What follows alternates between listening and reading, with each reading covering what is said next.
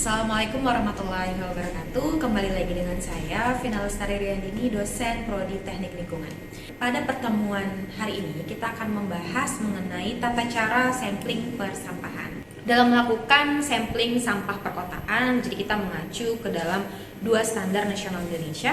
Nah, yang pertama adalah SNI 193964 tahun 1994 tentang metode pengambilan dan pengukuran contoh timbulan dan komposisi sampah perkotaan.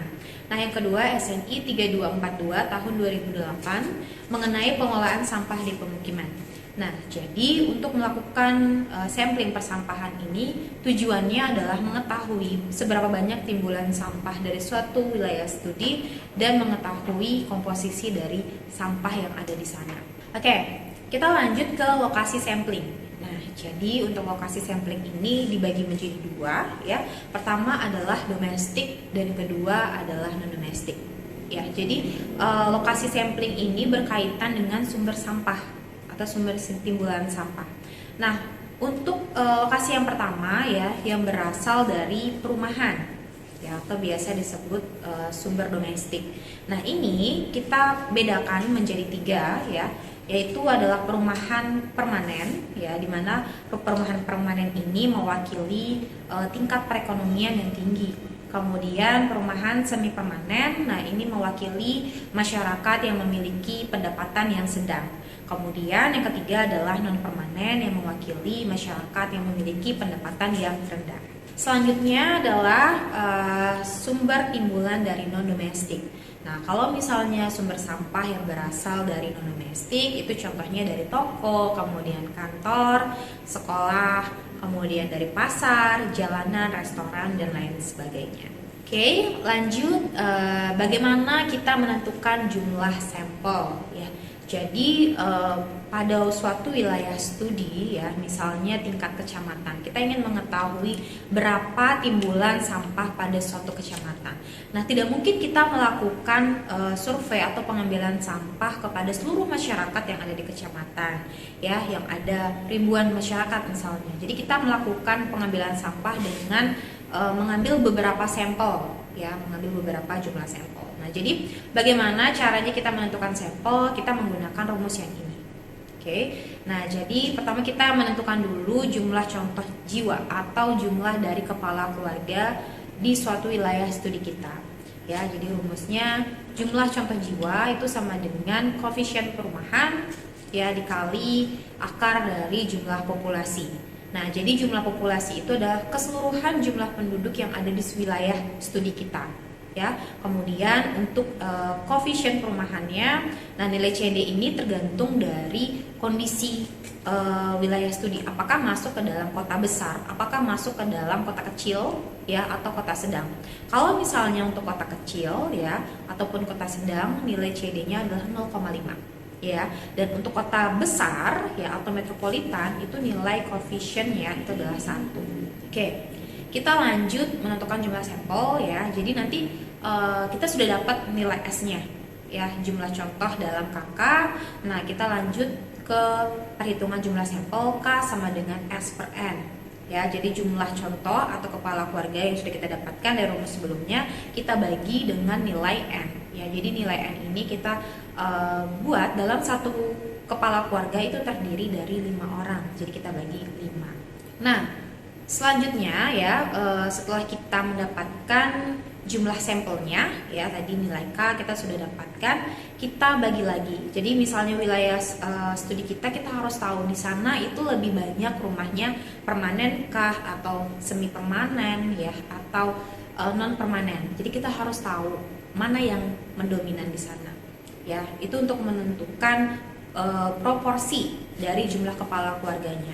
Nah, jika di suatu wilayah studi kita ternyata di sana banyak yang permanen, ya maka persentasinya itu lebih tinggi nanti, ya lebih tinggi dibandingkan yang semi permanen dan non permanen. Contohnya, misalnya nanti yang wilayah studi kita lebih banyak permanen, kita ambil permanen 50%. Ya, selebihnya nanti semi permanen 25%, kemudian non permanen 25%. Ya, jadi proporsinya itu dengan jumlah harus 100%. Oke. Nah, ini bisa dilihat ya pada tabel 1 ya. Nah, ini adalah berapa banyak contoh jiwa atau berapa banyak kepala keluarga yang digunakan sebagai sampel kita. Misalnya ya, ini berdasarkan klasifikasi kota untuk kota metropolitan, di mana kota metropolitan ini memiliki jumlah penduduk 1 juta sampai 2,5 juta. Ya, jadi dari 1 juta sampai 2,5 juta itu jumlah sampel ya atau KK ya yang digunakan atau sebagai sampel untuk melakukan pengambilan timbulan sampah itu sebanyak 200 sampai 300 kepala keluarga saja.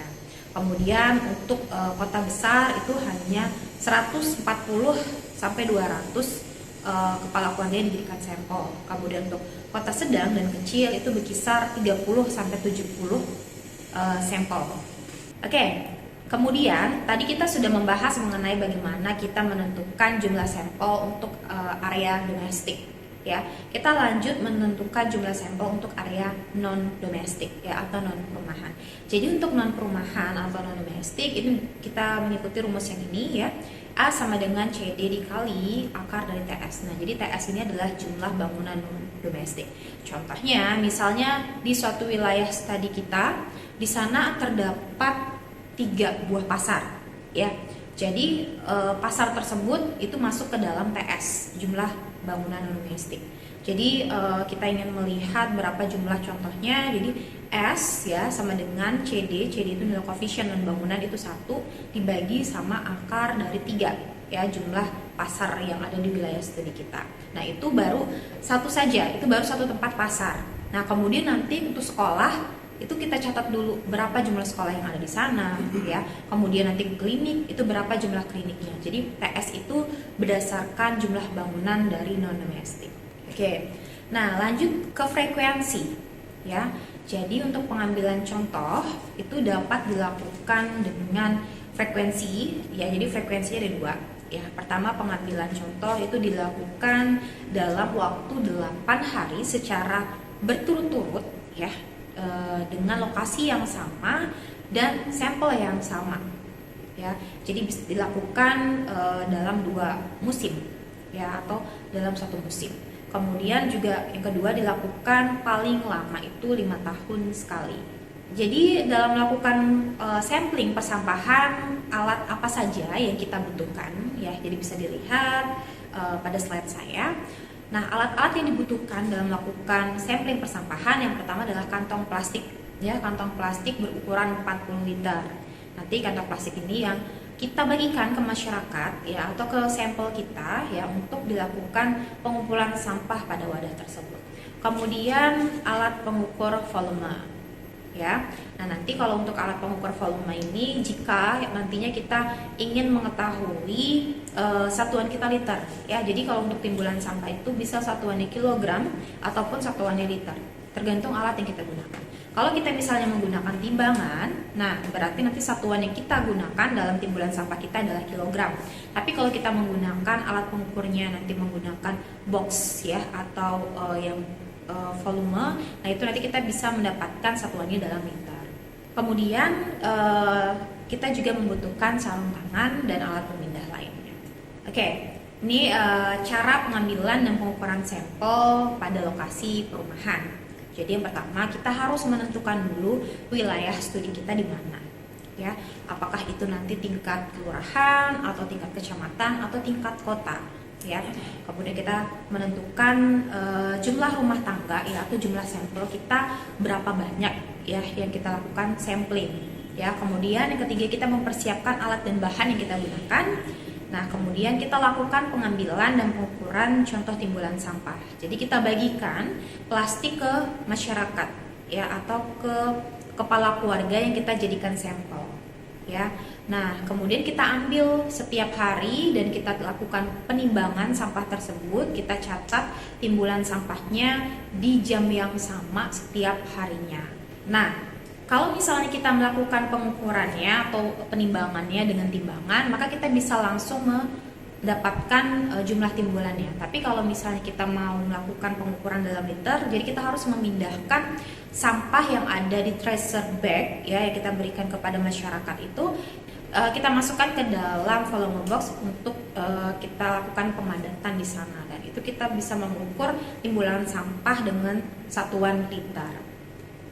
Nah, jika kita melakukan pengujian lanjutan ya, jadi kalau misalnya kita hanya melakukan penimbangan, kita hanya mendapatkan data timbulan sampah per hari ya. Kita lakukan selama 8 hari berturut-turut ya, melakukan penimbangan dari setiap masyarakat atau sampel yang sudah kita tunjuk ya. Nah, di situ kita hanya mendapatkan data timbulan sampah per hari setiap masyarakat. Tapi kita bisa melakukan data lainnya atau mendapatkan data lainnya dengan menentukan komposisi ya. Jadi dominan timbulan sampah yang ditimbulkan ya di wilayah studi kita itu yang mana? Organik kah atau anorganik? Nah, jika kita mengkelompokkan hanya dari organik dan anorganik saja dari timbulan sampah, itu kita sudah bisa mendapatkan datanya. Tapi kita ingin spesifik lagi, kita bisa ya melakukan komposisi sampah ya. Jadi kita ingin mengetahui komposisi sampah dari sampah anorganik, kira-kira jenis sampah apa yang banyak di sana. Nah, itu kita lakukan homogenisasi ya. Setelah kita melakukan pengangkutan sampah dari setiap rumah yang menjadikan sampel kita lakukan homogenisasi, kemudian kita melakukan pengambilan sampel lagi itu dengan cara converter ya. Jadi cara converter ini bisa mewakili dari jumlah sampel yang ada. Nah, kemudian kita pilah berdasarkan jenisnya, lalu kita timbang dari setiap jenis, maka kita bisa mengetahui timbulan sampah dari setiap komposisi sampah yang ditimbulkan oleh masyarakat di wilayah studi kita. Oke, untuk pertemuan hari ini ya mengenai metode pengambilan sampling persampahan sudah selesai ya. Sekian, terima kasih. Assalamualaikum warahmatullahi wabarakatuh.